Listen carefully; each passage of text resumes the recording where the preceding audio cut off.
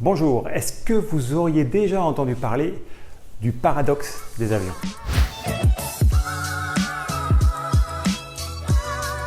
Un paradoxe, c'est l'association de deux faits ou deux idées qui sont contradictoires. L'avion doit aller de A vers B le plus vite possible, c'est un petit peu quand même le principe des avions, mais en même temps, il doit atterrir et décoller à la vitesse la plus faible possible.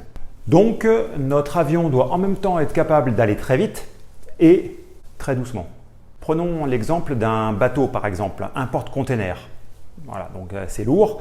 Ça se déplace à la vitesse de croisière en mer de 20 nœuds en moyenne. Les mêmes nœuds que pour les avions. Quand il arrive au port, il doit diminuer sa vitesse pour finalement s'établir à 2 nœuds. On voit qu'entre les deux, il y a un rapport de 10 pour passer de 20 à 2. Et là, ça ne pose aucun problème. Le bateau ne va pas se transformer pour passer de 20 nœuds à 2 nœuds. Alors pourquoi, pour nos avions, c'est un paradoxe? Alors, pour trouver pourquoi et où ça pose problème, il va falloir qu'on aille voir la formule qui permet aux avions de se maintenir en l'air. Évidemment, j'ai nommé la portance. On ne va pas ici épiloguer sur la formule, j'ai déjà fait une vidéo, pourquoi les avions volent, vous pouvez la retrouver ici. Dans un vol, quel que soit le moment du vol, montée, palier, descente, on fait les simplifications suivantes. Cette force doit rester constante.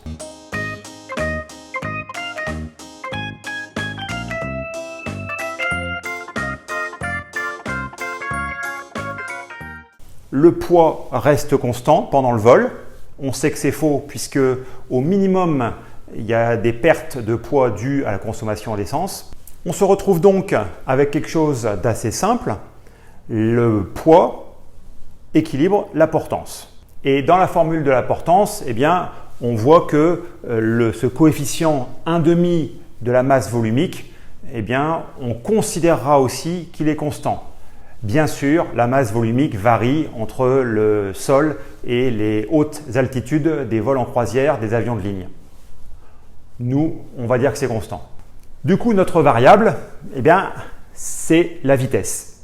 Dans la formule, eh bien, il nous reste d'autres coefficients comme la surface des ailes et CZ.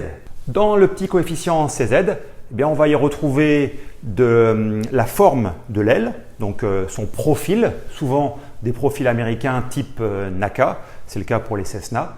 Et on retrouvera aussi dans CZ un angle qui s'appelle l'incidence ou en anglais angle of attack, qui est l'angle entre le vent relatif et la corde du profil de votre aile.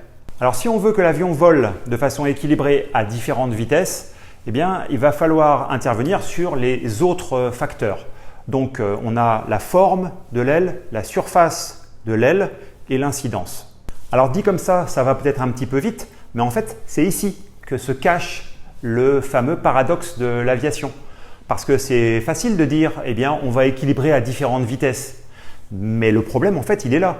Au cours de l'histoire, quand on a commencé avec des avions dans les années 1900, eh bien, la vitesse de décollage et la vitesse de vol, elles étaient presque similaires et du coup, il n'y avait pas de paradoxe.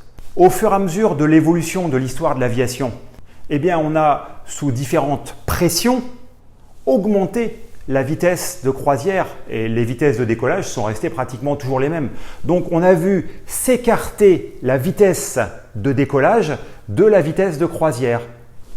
Alors, les pressions, bien sûr, on les connaît. C'est l'armée avec la guerre 14-18 qui voulait des avions plus rapides que le méchant qui était en face et les pressions commerciales quand l'aviation commerciale a fait son apparition aux alentours des années 30. Donc, si on veut imager tout ça, imaginez-vous dans une approche directe d'une piste en Cessna 172, vous êtes à 120 nœuds, vous réduisez votre vitesse en vue de l'atterrissage vers 60 nœuds. Eh bien, comment vous allez faire pour que votre portance reste constante alors que vous venez de diviser la vitesse par 2 et que dans la formule de la portance, le coefficient vient de diminuer de 4. Alors, comment on va faire? Eh bien, on va utiliser les moyens suivants. Le premier moyen que vous allez utiliser, eh bien, ça va être l'augmentation de l'incidence. Votre avion va passer d'une incidence faible, quelques degrés, à une incidence plus forte, de façon à ce que ses ailes repoussent plus d'air vers le bas. La deuxième chose que vous allez faire, c'est de modifier, d'augmenter la courbure de l'aile en déployant les traînées, les volets principalement. Là, on est toujours dans une augmentation du CZ. La troisième chose que vous allez faire sur votre petit avion d'aéroclub, eh bien, c'est d'augmenter la surface de l'aile si l'avion dispose de volets un petit peu plus technologiques, les volets qu'on a appelés Kruger. Donc pour ce type d'avion, bien sûr, le paradoxe est faible, donc les moyens techniques utilisés pour le combattre seront eux aussi tout à fait communs. Avec l'avion de ligne, on comprend que ce trou de vitesse devient béant. On arrive à un coefficient de 5 au carré 25. Là, c'est absolument dramatique. Mais il se trouve que ce problème n'est pas venu dans l'histoire comme ça, d'un seul coup. C'est une évolution. Et la technologie, en fait, a permis cette évolution au fur et à mesure. Donc actuellement, eh bien, on fait appel à ce qu'on sait faire de mieux d'un point de vue technologique pour combler ce manque. Alors bien sûr, on va augmenter l'incidence de l'avion et on peut aller jusqu'à des incidences de 25 degrés. Peut-être que l'augmentation de la courbure de l'aile qui participe au CZ est la plus spectaculaire. Vous pouvez la voir par le hublot si vous êtes assis près de l'aile quand l'avion va atterrir. L'aile va carrément se transformer. La courbure de l'aile va passer de presque rien à une aile complètement courbée, que ça soit à l'avant ou à l'arrière. Donc à l'avant, on utilisera ce qu'on appelle des becs et à l'arrière, des volets. Mais les technologies qui sont employées pour que ce soit réalisable sont vraiment à la pointe de ce qui se fait en aéronautique. Le premier avion à utiliser ces solutions ultra technologiques, c'était le Boeing 747 avec les volets triple fowler à l'arrière en bord de fuite. Et preuve que ce paradoxe de l'avion est toujours d'actualité, chez Airbus actuellement, on teste de nouvelles solutions pour déformer plus efficacement, avec moins de pièces mobiles, les ailes des avions récents, comme l'A350 par exemple. Donc on en arrive à la conclusion de cette vidéo. Eh bien, on voit que ce paradoxe d'avion est freiné en fait par la technologie. C'est-à-dire que si on veut que l'avion aille de plus en plus vite dans sa vitesse de croisière, eh bien, on va avoir un souci au moment du décollage et de l'atterrissage. Et n'oubliez pas que si la différence de vitesse est d'un facteur 5 par exemple, ou qu'on la fait passer à un facteur 10, eh bien, vous faites passer le problème du paradoxe de l'avion d'un facteur 25 à un facteur 100, car c'est au carré.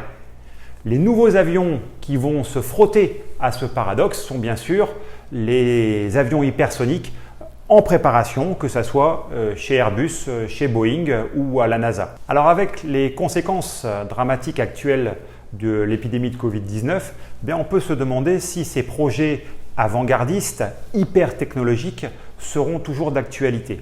Il est évident que l'aéronautique va subir une récession, elle va s'en remettre, les avions vont revoler, on en a besoin, mais des projets ultra précis comme des avions hypersoniques, eh bien l'avenir nous le dira.